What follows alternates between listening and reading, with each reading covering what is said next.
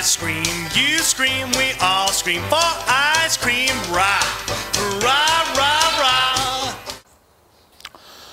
지도자들의 의무라고 하는 노블리스 오블리주는 서양에서는 귀족의 전통과 명예로 중시하는 가치관입니다만 우리나라에서는 공인의식이나 지도층의 솔선수범이라는 개념으로 사회의식화되고 있습니다.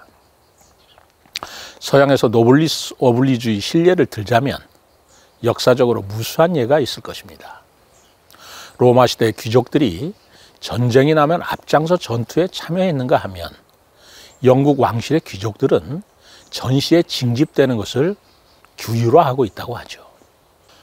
미국의 전투에 자원해서 참여했다는 분들이 나중에 대통령이 되거나 하는 사실도 그렇습니다만 가장 유명한 이런 노블리스 오블리주의 예를 든다면 프랑스의 칼레 시민이라는 역사적 일화일 것입니다. 워낙 유명한 이야기라서 간단히 소개한다면 영국과 프랑스 사이에 100년 전쟁이 일어났을 때의 일이었습니다.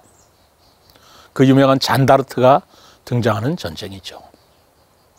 100년 전쟁이라 하지만 실제로는 1337년부터 1453년까지 116년 동안 벌어진 전쟁이었습니다. 영국과 프랑스 사이에 반전을 거듭하면서 이어진 이 전쟁에서 프랑스의 칼레시는 결국 더 이상 버티지 못하고 영국 왕 에드워드 3세에게 항복하고 맙니다. 에드워드 3세는 저항이 극심했던 칼레시의 전 시민을 죽이라고 명령합니다. 그러나 이것이 너무 가혹한 처사라는 비난에 처하자 그렇다면 시민을 대신해서 누군가 6명이 대신 죽는다면 다른 시민들은 살려주겠다라고 합니다. 어떤 6명이 시민을 대신해 죽을까요? 그게 문제였습니다. 그때 가장 먼저 시민을 대신해서 목숨을 바치겠다고 나선 사람이 있었습니다. 칼레시의 최고 부자였던 웨스타슈 드 생피에르라고 하는 사람이었습니다. 그리고 그 다음으로 나타난 사람이 칼레 시장이었습니다. 그 다음에는 지역 판사가 나섭니다. 이렇게 6명의 칼레시 최고위 인사들이 스스로 죽음을 자청하고 목에 교수형 밧줄을 걸고 서형장으로 향했습니다. 꼼짝없이 죽을 운명이었던 이들 6명을 보고 그때 영국 왕비 에노이 필리파라고 하는 사람이 왕에게 저들은 의인이니 죽여서는 안 된다고 애원합니다. 저들을 처형한다면 임신 중인 아이에게 불길한 일이 닥칠 것이라고 애원한 것입니다. 결국 에드워드 3세는 6명을 사면하였고 결국 칼레 시민이 모두 무사하게 되었다는 감동적인 이야기입니다. 그리고 그로부터 500년이 흐른 1884년 칼레 시는 이들 6명의 영웅의 조각상을 오규스트 로댕에게 의뢰합니다. 1년 후 로댕은 조각한 조각상을 보여주지만 이 작품을 본 칼레 시민들은 크게 실망합니다. 태양처럼 빛나야 할 영웅들의 모습이 너무나 초라한 것이었습니다. 죽음을 앞두고 고통을 못 이기게 하는 모습, 침울한 모습, 머리를 감싸쥐고 후회하는 모습, 이런 비겁하고 두려워하는 인간의 적나라한 모습을 조각해 온 것이었습니다. 시민들은 로댕을 맹렬히 비난합니다. 그리고 이 조각상을 칼레시의 해안가에 버리고 맙니다. 위대한 시민의 모습을 왜 로댕은 영웅적인 모습으로 조각하지 않고 죽음을 앞두고 두려워 떠는 그런 소시민의 모습으로 조각하였을까요? 납득하지 않는 시민들에게 로댕은 이렇게 설명합니다. 그들도 인간이라는 것입니다. 죽음을 앞두고 어떻게 인간이 의연하고 찬란하게 빛날 수 있냐는 것이었습니다. 두렵고 후회스럽고 대신 죽어야 한다는 억울함에 발길이 떨어지지 않는 것은 인간으로 마찬가지일 거라는 것이었습니다. 그렇지만 이들이 진정으로 위대한 것은 그렇게 끌리지 않는 발을 이끌고 다른 많은 시민을 살리기 위해 처형장을 향하는 그들의 비참한 모습이라는 것이었습니다. 로댕은 이 조각상을 높은 자드 위에 올리지도 않았습니다. 우리도 다 똑같은 감정과 욕심이 있는 인간이라는 것을 표현하기 위해서였다고 합니다. 자신들과 똑같은 인간이 아니기를 바라는 초인적인 영웅의 모습을 기대했던 칼레 시민들이 그들의 우상이 저렇게 초라한 모습으로 묘사되는 것을 반겨할 수는 없었을 것입니다.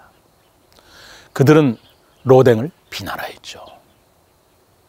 그런데 저는 칼레 시민 조각상을 보면서 노블레스 오블리주의 정신과 함께 로댕이 꿰뚫어본 인간의 나약한 본성을 생각해 보았습니다.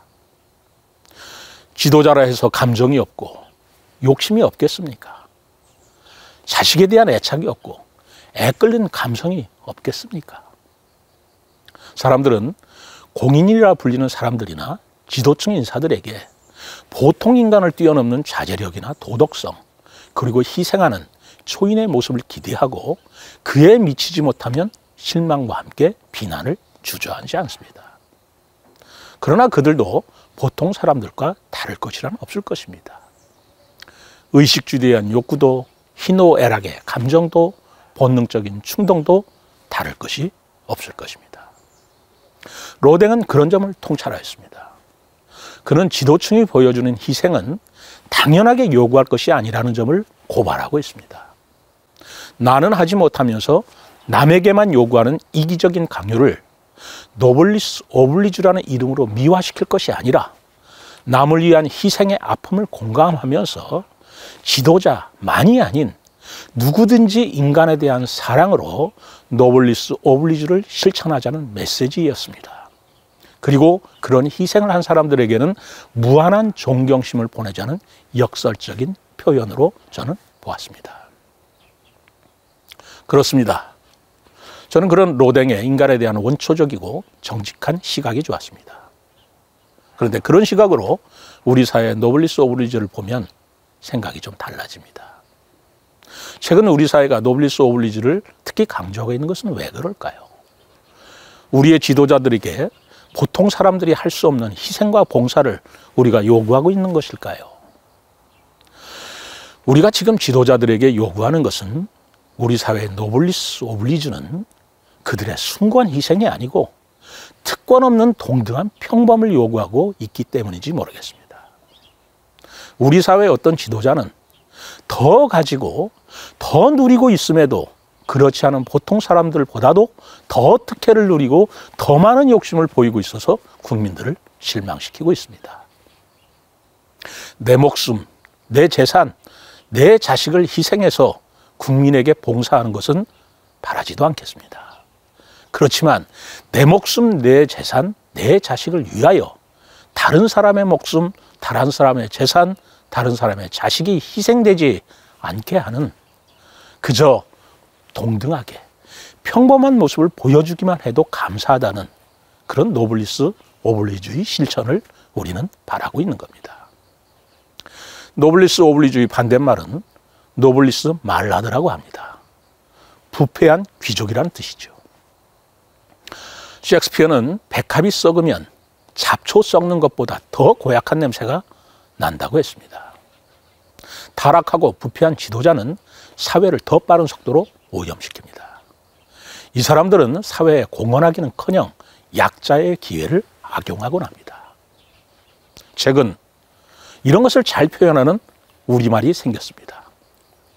갑질이라는 말이죠.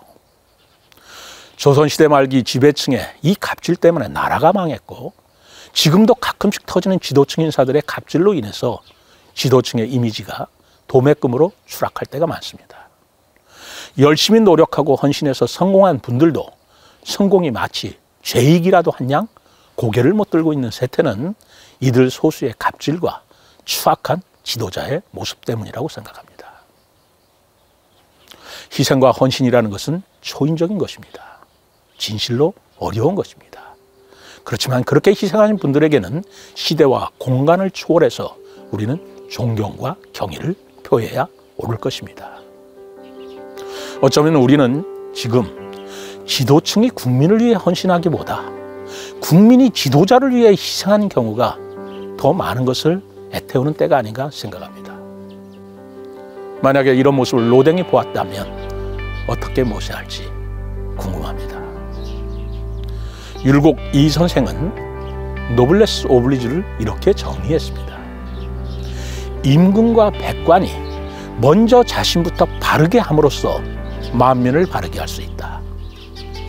우리에게는 차라리 이런 노블리스 오블리주가 더 절실해 보입니다. 프랑스에서는 로댕의 칼레 시민 조각상을 국민적 자부심으로 고착시켰습니다. 그래서 칼레 시민 조각상은 12개의 복제품만을 진품으로 인정하고 있습니다. 그런데 그 12번째 진품 조각상이 우리나라 삼성생명 로댕 기념관에 있습니다. 저는 그 칼레 시민을 보면서 참다운 노블리스 오블리주를 생각합니다. 최민호의 아이스크림이었습니다.